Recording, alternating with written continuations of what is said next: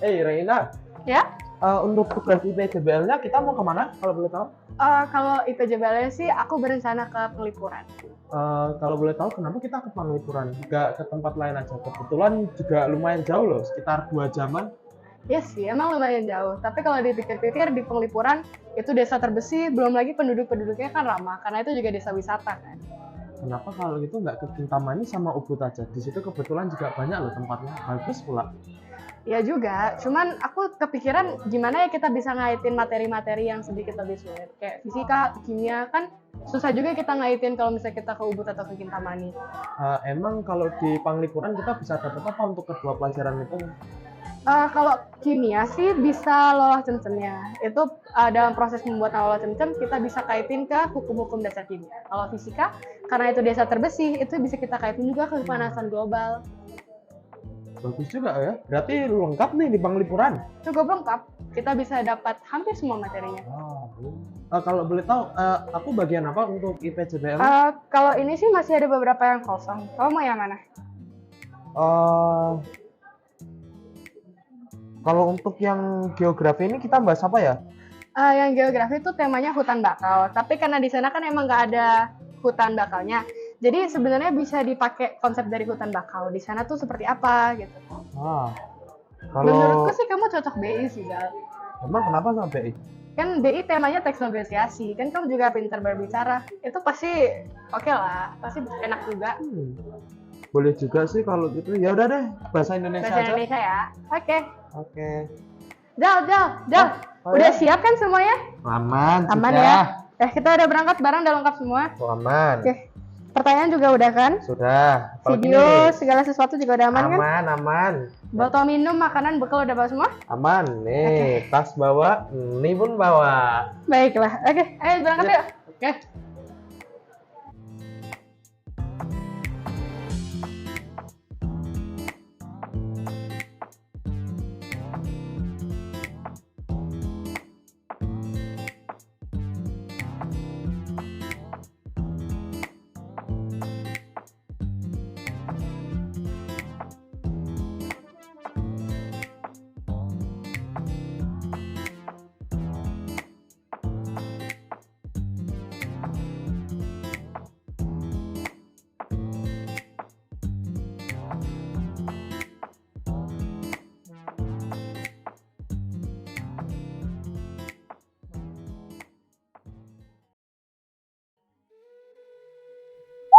Halo semuanya, salam kenal. Namaku Angel. Halo juga semuanya, namaku Farnesh. Nah, sekarang kita semua sudah tiba di Penglipuran. Wah, desanya sangat bersih ya. Yoi dong, kalian tahu nggak siapa yang milih tempat? Siapa tuh? Aku dong. Lah, bukannya Rina. Berdua lah, tadi sempet nego dikit-dikit lah ya. Ah, negosiasi? Bukannya negosiasi itu kalau jualan doang. Lah, negosiasi itu nggak sebatas itu doang. Sini aku jelasin lebih lanjut. Halo semuanya, perkenalkan nama saya Rizal. Jadi hari ini saya akan menjelaskan apa itu teks negosiasi. Teks negosiasi adalah sebuah dokumen yang berisi hasil dari proses perundingan antara pihak-pihak yang memiliki kepentingan yang berbeda untuk mencapai kesepakatan atau kesepahaman bersama dalam suatu masalah atau perjanjian. Teks negosiasi adalah komunikasi tertulis yang digunakan untuk mencapai kesepakatan antara dua pihak melalui diskusi dan tawar-menawar. Biasanya mencakup proposal, kontroposal, dan syarat-syarat yang diajukan dalam masing-masing pihak. Yang selanjutnya ada fungsi teks negosiasi. Fungsi utama teks negosiasi adalah untuk mencapai kesepakatan atau kesepahaman antara pihak-pihak yang terikat dalam suatu perundingan. Selain itu, teks negosiasi juga digunakan untuk merinci syarat-syarat dan kondisi-kondisi yang disepakati, serta sebagai dokumen resmi yang memperkuat kesepakatan yang telah dicapai. Kaidah kebahasaan teks negosiasi. Teks negosiasi memiliki beberapa kaidah kebahasaan yang penting, seperti menggunakan bahasa yang sopan, jelas, dan persuasif. Selain itu, kaidah seperti kesopanan, kejelasan, keakraban, dan kesantunan juga sangat penting dalam negosiasi. Yang terakhir ada struktur teks negosiasi. Yang pertama pembukaan, setelah itu perjanjian awal, setelah itu ada diskusi, dan yang keempat adalah tawar-menawar, yang kelima adalah kesepakatan akhir, dan yang terakhir adalah penutup. Nah, sekian itu saja yang bisa saya jelaskan tentang apa itu teks negosiasi. Oh alah, ternyata begitu. Ngomong-ngomong, lihat tuh warga-warganya lagi gotong royong. Kompak banget ya. Oh jelas, penduduk di sini masih berpegang teguh dengan tradisi gotong royongnya. Sini temenin aku wawancara.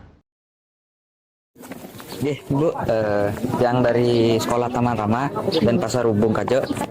Sekarang Tiang mau menanyakan gini Bu, tentang gotong royong nggih.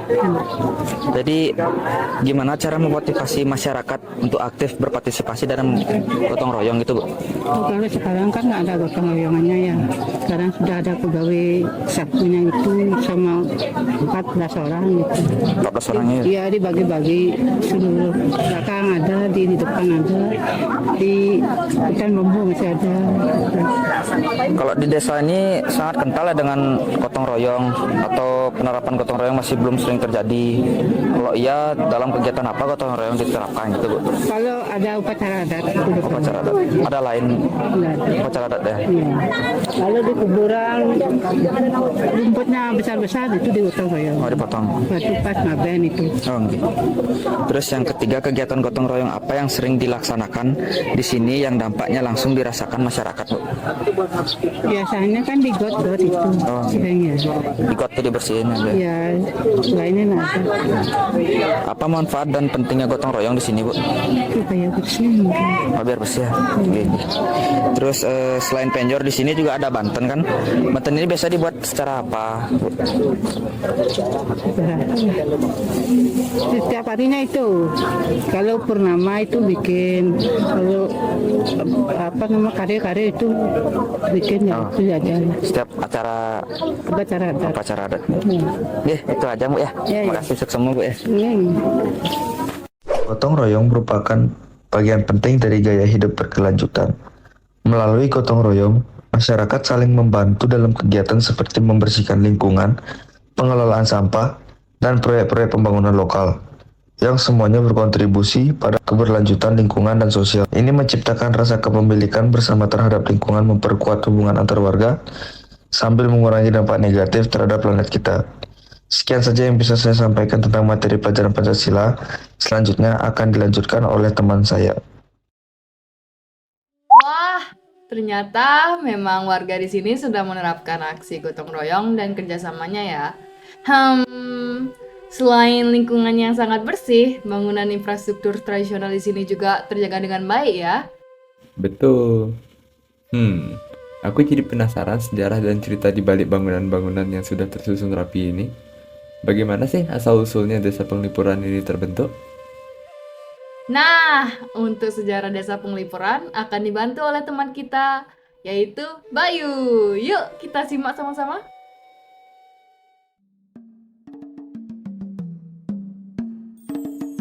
Baik, selamat pagi untuk Serbayu yang saya hormati, dan juga selamat pagi juga bagi teman-teman semuanya. Dan hari ini saya akan menceritakan sebuah kisah tentang sejarah Desa Penglipuran. Nah, ada pun beberapa hal yang akan saya bahas hari ini. Di antaranya yang pertama, yaitu tentu saja saya akan membahas tentang sejarah Desa Penglipuran. Lalu yang kedua, saya akan bahas tentang fakta-fakta menarik seputar Desa Penglipuran yang mungkin belum kalian ketahui. Nah, yang ketiga, tentu saya juga akan membahas tentang peninggalan-peninggalan yang ada di Desa Penglipuran itu sendiri. Baik, berikut adalah hasil video wawancara yang sudah saya lakukan bersama partner saya yaitu Rizal, dan kami mengucapkan selamat menonton video hasil wawancara kami.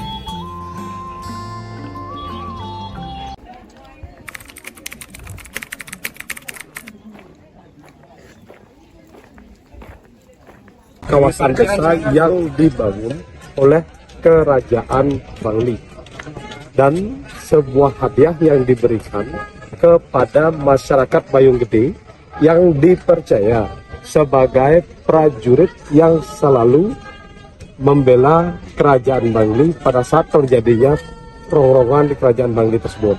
Dan setiap masyarakat Bayung Gede ikut, dia kerajaan Bangli itu pasti menang. Dan karena selalu mendapatkan kemenangan, Raja Bangli pun tidak rela kalau prajurit dari desa Bayung Gede kembali ke desa Bayung Gede, karena jarak dari kerajaan Bangli ke Bayung Gede itu jauh. Jadi mau tidak mau diberikanlah dia tempat atau lahan sebagai tempat berliburnya raja juga. Makanya diberikan nama Panglipuran, tempat berliburnya raja.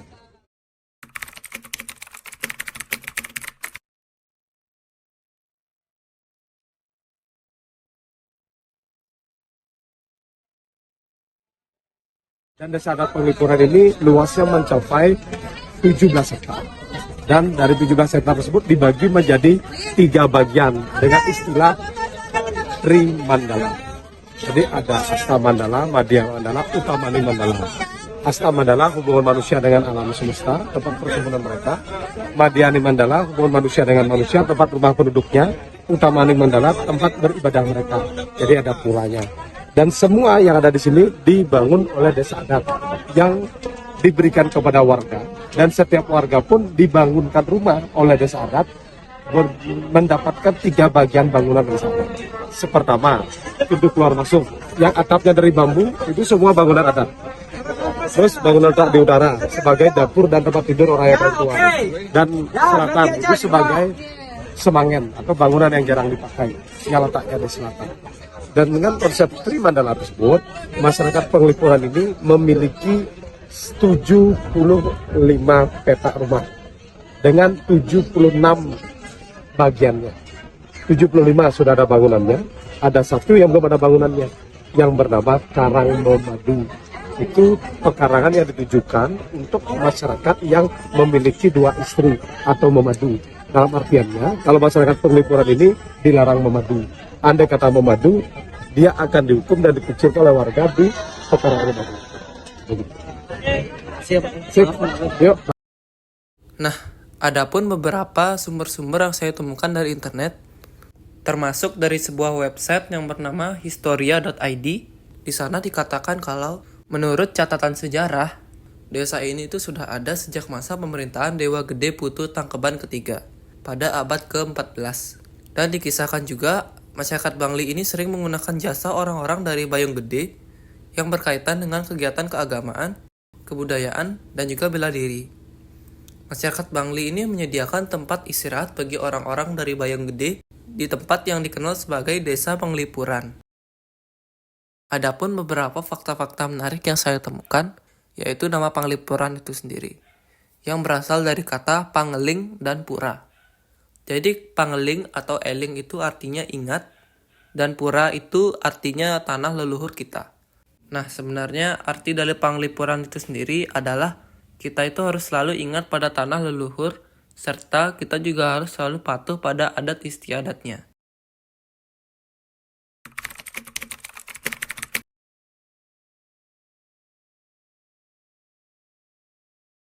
Kalau dari awalnya saya kan maaf, tapi belum tidak tahu sepenuhnya. Ya, nggak apa-apa. Yang saya dapat dari saya lahir memang desa kami sudah begini. Oke. Itu namanya. Peninggalannya kan ya sesuai dengan kita di Bali itu kan sesuai dengan kayangan pura kayangan gitu. Itu. Memang saya dari dulu memang sudah begini saya dapatkan. Kalau mungkin saya tadi dapat keliling Pak, ketemu namanya pura yang di sini yang besar itu. Yang mana? Yang di depan itu Pak. Di depan itu kan lain. Oh beda. Beda itu memang termasuk warga kami di sini juga. Itu kan kalau di Bali istilahnya kan ada dadil pasak namanya. Ya kepasakan ya. Ada yang pasak Pulau Sari, ada yang pasak kayu selam. Ya kan macam-macam ya. Macam-macam, tapi di sana satu organisasi namanya Pasak Kayu Pulau Sari. Itu Pulau Sari yang Pulau Sari yang sebelahnya sana. Oh, sebelah sana. Yang kan ada bangunan yang baru ya. Di sebelahnya sana, di jalanan sini. Oh iya. Kalau di sana di utara itu kan itu untuk umum, pura untuk umum itu. Bukan buat sembahyang. Ya, untuk sembahyang. Semisalnya kan ada upacara keagamaan, nanti sebentar lagi kalau lagi 5 hari lagi kan sudah hari raya Galungan kan itu. Semua warga kami di sini kan sembahyang ke sana. Gitu. Adapun beberapa informasi tambahan yang saya baca dari website pemerintah Kabupaten Bangli itu sendiri, di mana desa Penglipuran ini sendiri itu memiliki bentuk seni tradisional yang masih mengakar kuat pada desa Penglipuran. Dan juga adanya perbedaan dalam melakukan upacara kematian yang biasa disebut ngaben di Bali. Yang pertama itu adalah tari baris, yang merupakan salah satu bentuk seni tradisional yang masih berakar kuat pada kehidupan masyarakatnya dan hidup secara mentradisi atau turun-temurun. Di mana keberadaan tari baris sakral di desa adat Penglipuran ini merupakan tarian yang langka dan berfungsi sebagai tari penyelenggara upacara dewa yatnya. Adapun iringan gamelan yang diiringi pada saat pementasan semua jenis tari baris sakral tersebut, yang merupakan seperangkat gamelan gong gede yang didukung oleh seke gong gede desa adat Penglipuran. Yang kedua adalah upacara ngaben. Adapun perbedaan pada upacara kematian yang terdapat di desa Penglipuran, di mana biasanya diadakan upacara ngaben, di mana ngaben ini merupakan upacara yang umum dilakukan di Bali pada saat ada orang yang meninggal. Nah, yang membedakan sebenarnya, jika biasanya upacara ngaben itu dilakukan dengan cara membakar mayatnya, namun di Penglipuran mayat itu dikubur.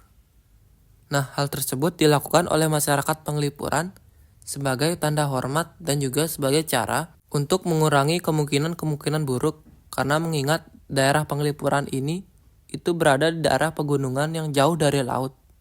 Dan seperti yang kita tahu bahwa abu jenazah yang telah dibakar itu harus dilarung atau dibuang ke laut. Sedangkan bagi orang Bali, menyimpan abu jenazah adalah suatu pantangan. Jadi solusi terbaiknya adalah untuk dimakamkan. Nah, adapun beberapa pura dan patung yang saya temui di sana. Dan berikut adalah foto dan cuplikan yang saya dapatkan. Nah, jika kita masuk lewat pintu masuk yang ini, kita akan menemukan ada banyak sekali pohon-pohon bambu yang ada di sana. Nah, jika kita berjalan lebih lanjut, kita akan menemukan patung yang akan saya maksud, yaitu patung yang ini.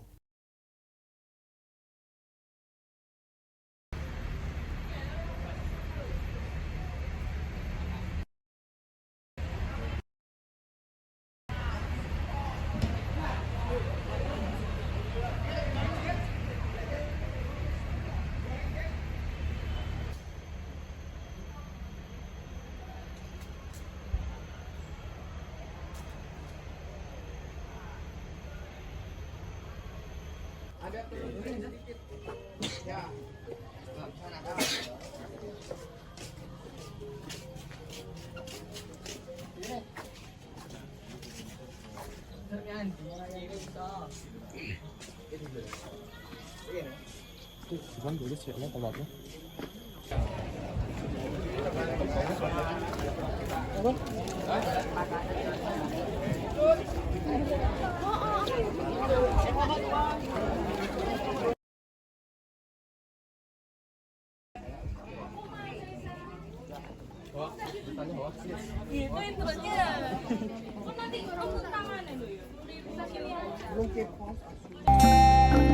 Baik, sekian terima kasih sudah menonton dari awal sampai akhir. Saya mengucapkan maaf bila ada salah kata maupun ada kesalahan informasi. Saya harap teman-teman semuanya bisa terhibur dan mendapatkan manfaat dari video kami. Sebagai penutup, kami ucapkan terima kasih dan sampai jumpa di video selanjutnya.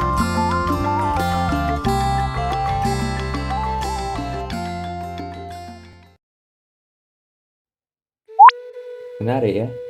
Kita lanjut jalan-jalan lagi yuk sekeliling desa ini. Eits, sabar dulu. Sebelum itu, kita sebagai pengunjung harus mengetahui dan memahami peraturan yang tersedia di desa ini dong. Hah? Maksudmu apa, Michael? Bagaimana caranya? Baik, sekarang akan kujelaskan. Good morning teachers and friends. I'm Michael from X3, absent number 14. In this video, I'm gonna present to you about procedure text and what I have gathered from my task in Desa Penglipuran. First of all, I'm gonna explain to you what is a procedure text. A procedure text, or also known as an instructional or how-to text, provides a series of steps or instructions to guide the reader through a specific task or process. These texts are usually structured in a logical sequence, with each step clearly outlined to help the reader achieve the desired outcome. Procedure texts are commonly found in manuals, receipt books, user guides, or other instructional materials. Their primary purpose is to inform and instruct the readers on how to perform a task efficiently or how to do something efficiently and easily. And now, I'm gonna explain to you how a procedure text is useful in exploring Desa Penglipuran. First of all, it provides clarity. It provides clear, detailed instructions to help tourists understand what is informed and what is expected of them when participating in cultural activities or exploring the village. Secondly, it promotes respect. By following proper procedures for interacting with the local community and maintaining cleanliness, tourists can show respect for the village and its residents and its cultural heritage. Lastly, it ensures safety. By outlining proper procedures, tourists can navigate the village and its cultural practices safely, minimizing the risk or misunderstanding or accidents. Selamat pagi Miss Kamsha. Pada kesempatan ini saya akan menanyakan warga dari sini untuk menanyakan tentang pertanyaan yang berkaitan dengan prosedur teks. Nah Bu, kan di sini banyak ada turis-turis gitu Bu. Langkah-langkah turis-turisnya untuk mengikuti tradisi di sini gimana Bu ya kira-kira? Maksudnya tradisi dalam bidang apa dulu? Kayak tradisi biar tetap ininya tidak ada tempat sampah, tidak ada sampah atau gitu Bu, biar Kan- tetap bersih deh. Iya kan Desa Penglipuran itu kan udah dinobatkan sebagai desa terbersih ya. Ya. Pasti pengunjungnya juga ingat dong nggak boleh buang sampah karena udah disediain. Kesadaran sendiri sih udah di.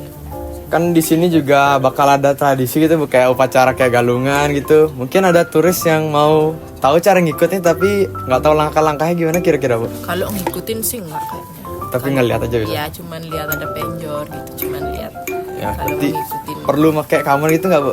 Kira-kira deh. Sekarang kan lagi tren ini sewa baju adat Balinya. Banyak jadi- kok yang sewa orang-orang luar Bali. Boleh. Boleh sewa. Nah, habis itu kan kalau turis-turis mau ke sini kira-kira gimana caranya Bu kayak biar mereka mengetahui cara desa ini? Kan pasti ditanya gimana asal usul oleh Asal-usulnya ya. ya gimana bisa menjadi pariwisata di sini pasti ditanyain. Ya. Penasaran lah mereka tentang desa ini. Mungkin Ibu tahu nggak ada langkah-langkah untuk kan turis mau ke sini tentu aja ada yang nyewa motor soalnya kan bukan asli sini. Ada nggak Bu kira-kira langkah-langkahnya untuk nyewanya kayak gimana Bu? Kalau nyewa kayaknya enggak ya. Soalnya ini termasuk jauh loh dari kota. Ya. Kalau umpamanya nyewa di sini kan balik lagi ke sini kan jauh, kecuali di Denpasar kan mungkin tinggal di hotel, nyewa bawa ke Ya. sini kemungkinan, kalau di sini enggak. Jadi ke sini kira-kira naik Grab aja gitu Bu ya. Kayaknya udah sewa motor di sana dan dibawa ke sini ke Kintamani. Nah. Di kota sewanya gitu. Saya ingin nanya juga Bu, kan ini ada kayak bumbu-bumbu rujak gitu. Langkah-langkah buatnya kayak gimana Bu kira-kira Bu? Kalau bumbu rujak bukan asli sini. Apa yang ngasih dari sini Bu? Kalau asli yang dari sini cuman itu loloh cemcem sama loloh kunyitnya. Gimana cara buat loloh-loloh gitu Bu? Kalau itu udah ada resepnya ya. Ada lah, maksudnya ada beberapa produksi di sini. Iya, Ya. nggak boleh dikasih tahu ya. Ya mereka sih yang berhak lah, soalnya mereka. Ya. Kalau saya nggak buat. Nggak buat ya Bu? Ya. Cuman distribusi ya. Ya cuman dititip-titipin untuk dijual. Nah, itu aja Bu ya. Terima kasih Bu ya. Ya, Terima kasih. And lastly, before I move on to the conclusion, here are some examples of a procedure text that I have made based on this interview.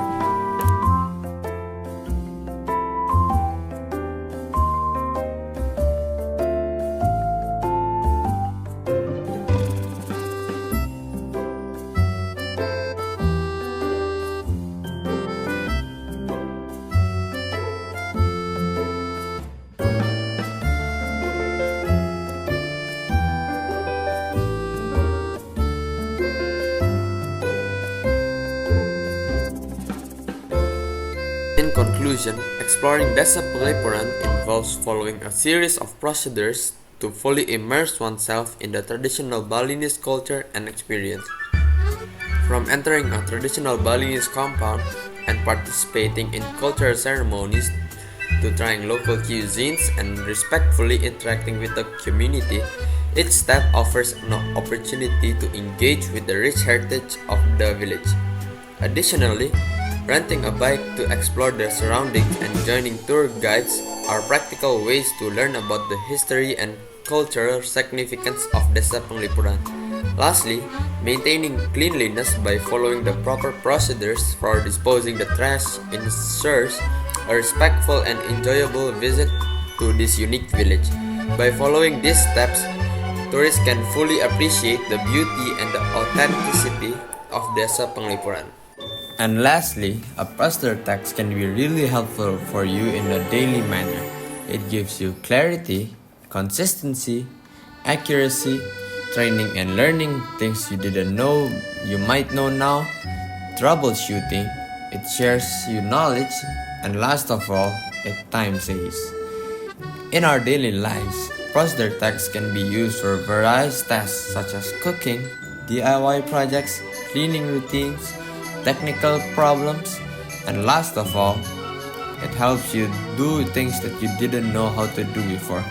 Like, for example, exploring Desa Penglipuran. Procedure text provides structure and guidance, making tasks more easier and more manageable. That's all from me. Thank you. Jadi gitu deh ceritanya. Oh alah, gitu ternyata. Tapi tahu nggak sih, meski merupakan desa Penglipuran ini sangat mengikuti perkembangan teknologi loh. Masa sih? Iya dong. Gini, aku kasih tahu deh. Halo semuanya, perkenalkan, nama saya Farnesh, dan pada kesempatan yang baik ini, saya akan menjelaskan proyek P5 yang berkaitan dengan materi informatika. Sebelum itu, saya tentunya akan menjelaskan apa saja yang kita akan bahas nantinya. Mulai dari kemajuan teknologi di zaman sekarang, lalu ketersediaan teknologi di desa yang akan kita kunjungi nantinya, yaitu Desa Penglipuran. Dan yang terakhir adalah investigasi perkembangan teknologi di Penglipuran. Perkembangan teknologi di era digital seperti sekarang ini bertumbuh semakin cepat dari hari ke hari, bulan ke bulan, hingga tahun ke depannya. Secara tidak langsung, penggunaan teknologi ini meningkat tajam. Namun, sebenarnya kamu tahu nggak sih apa itu teknologi? Teknologi adalah suatu sarana atau sistem yang berfungsi untuk memberikan kenyamanan serta kemudahan bagi manusia. Oleh karena itu, teknologi menjadi sangat penting di era sekarang. Apalagi dengan adanya teknologi digital yang berkembang pesat setiap harinya. Kehidupan manusia yang bermula dari kesederhanaan, kini menjadi kehidupan yang bisa dikategorikan sangat modern. Zaman ini, dunia seakan tidak bisa terlepas dari teknologi. Penggunaan teknologi dan barang-barang super canggih telah dimanfaatkan oleh manusia untuk memudahkan kehidupan mereka. Tentunya, di Desa Penglipuran juga terdapat berbagai teknologi canggih yang bermanfaat bagi manusia dan penduduk setempat di desa tersebut. Yuk kita simak apa saja. Nah, yang pertama adalah QR Code. QR Code merupakan singkatan dari Quick Response Code. Arti dari code dalam QR Code ini adalah barcode 2 dimensi yang bisa memberikan beragam jenis informasi secara langsung. Untuk membukanya, dibutuhkan scan atau pemindaian dengan smartphone. Seperti di gambar tersebut, QR Code dapat membantu warga ataupun pengunjung di Desa Penglipuran agar tahu lebih detail terkait berbagai informasi di desa tersebut. Cukup canggih, bukan? Selanjutnya, di Desa Penglipuran terdapat sebuah teknologi canggih yang cukup unik, yaitu charging station. Seperti yang kita ketahui dari namanya, charging station merupakan tempat untuk mengisi daya dengan memanfaatkan teknologi listrik, yang dimana di charging station, stop kontak sudah tersedia agar dapat mengisi ulang baterai dan daya dari alat-alat. Fakta uniknya, di Desa Penglipuran, teknologi canggih sudah mulai dimanfaatkan, yang dimana teknologi panel surya yang memanfaatkan matahari untuk mengisi daya listrik. Selanjutnya, kita akan mewawancarai warga penduduk Desa Penglipuran untuk mengetahui pengaruh kemajuan teknologi bagi kehidupan mereka. Saya dari Sekolah Taman Rama dan berkaitan dengan informatika, saya ingin nanya apakah di desa ini itu untuk memenuhi kebutuhan dan keinginan itu menggunakan teknologi online shop kayak Shopee, Tokopedia, itu sudah sering apa masih berpergian ke pasar atau ke toko-toko? Udah sering kalau masalah itu menggunakan seperti Sudah banyak. Sudah banyak dan sudah sering lah. Tapi kalau ke pasar masih ya? Masih, itu pun jarang. Paling kalau gini sekarang kan sama. Kalau ke pasar kita membutuhkan waktu yang lama, mendingan. Oh iya, biar lebih ini efisien dan efektif ya. Oke. Lalu yang kedua ada kan berkaitan dengan berkembangnya teknologi di dunia. Nah, apakah teknologi di desa ini sudah cukup maju dan mereka cukup lancar? Kira-kira anak-anak di desa ini tuh mereka udah sering menggunakan gadget seperti HP atau komputer atau laptop itu, mereka udah terbiasa pakai itu untuk sekolah, untuk menghibur diri, apa masih bermain bersama di luar? Terkadang sih kalau anak-anak sekarang sudah memakai itu, cuman bermain keluar itu ya kan sewaktu-waktu, yang lainnya pakai itu yang keluar juga, tapi lebih sering yang mana di rumah. Oke. Lalu yang terakhir Bu, secara keseluruhan kira-kira kemajuan teknologi itu termasuk gadget dan komputer dan lain sebagainya itu, apakah itu memberikan kemajuan dan manfaat bagi anak-anak di desa ini? Jika iya, gimana? Iya, terkadang kan pasti ada baik buruknya kan? Ya. Ada baik buruknya. Terkadang yang salah memakai di sana pasti akan ke jelek lah gini. Oh ya, ini ya, pengaruh jelek. Ya, itu pasti ada. Tapi udah kebanyakan memakai yang seperti sekarang lah. Ya, di sekolah-sekolah itu sudah ada. Oh ya, baik, berarti sudah cukup kental dan beralih ke teknologi ya. Cuman dengan adanya begitu, kita sebagai orang tua malah lebih was-was. Lebih waspada, betul sekali. Lebih was-was. Harus menjaga anaknya pokoknya agar menggunakan dan memanfaatkan teknologi untuk sesuatu yang lebih baik. Iya, benar. Okay. Baik, itu aja pertanyaannya Bu. Terima kasih, maaf saya mengganggu waktunya. Iya. Dari informasi yang telah kita dapatkan, kita dapat menyimpulkan bahwa di Desa Penglipuran, warga setempat dan para penduduk sudah bisa menggunakan dan memanfaatkan teknologi untuk memudahkan kehidupan mereka. Selain itu, anak-anak dan generasi penerus di sana juga sudah menggunakan teknologi untuk membantu proses pembelajaran mereka di sekolah maupun di rumah. Akan tetapi, tentunya para orang tua sadar akan pengaruh teknologi bagi perkembangan anaknya, sehingga mereka wajib menjaga dan mengawasi generasi penerus agar tidak mudah mendapatkan pengaruh buruk, melainkan dapat memanfaatkan teknologi untuk sesuatu yang lebih baik. Sekian dari penjelasan saya, terima kasih telah menyaksikan. Bye-bye.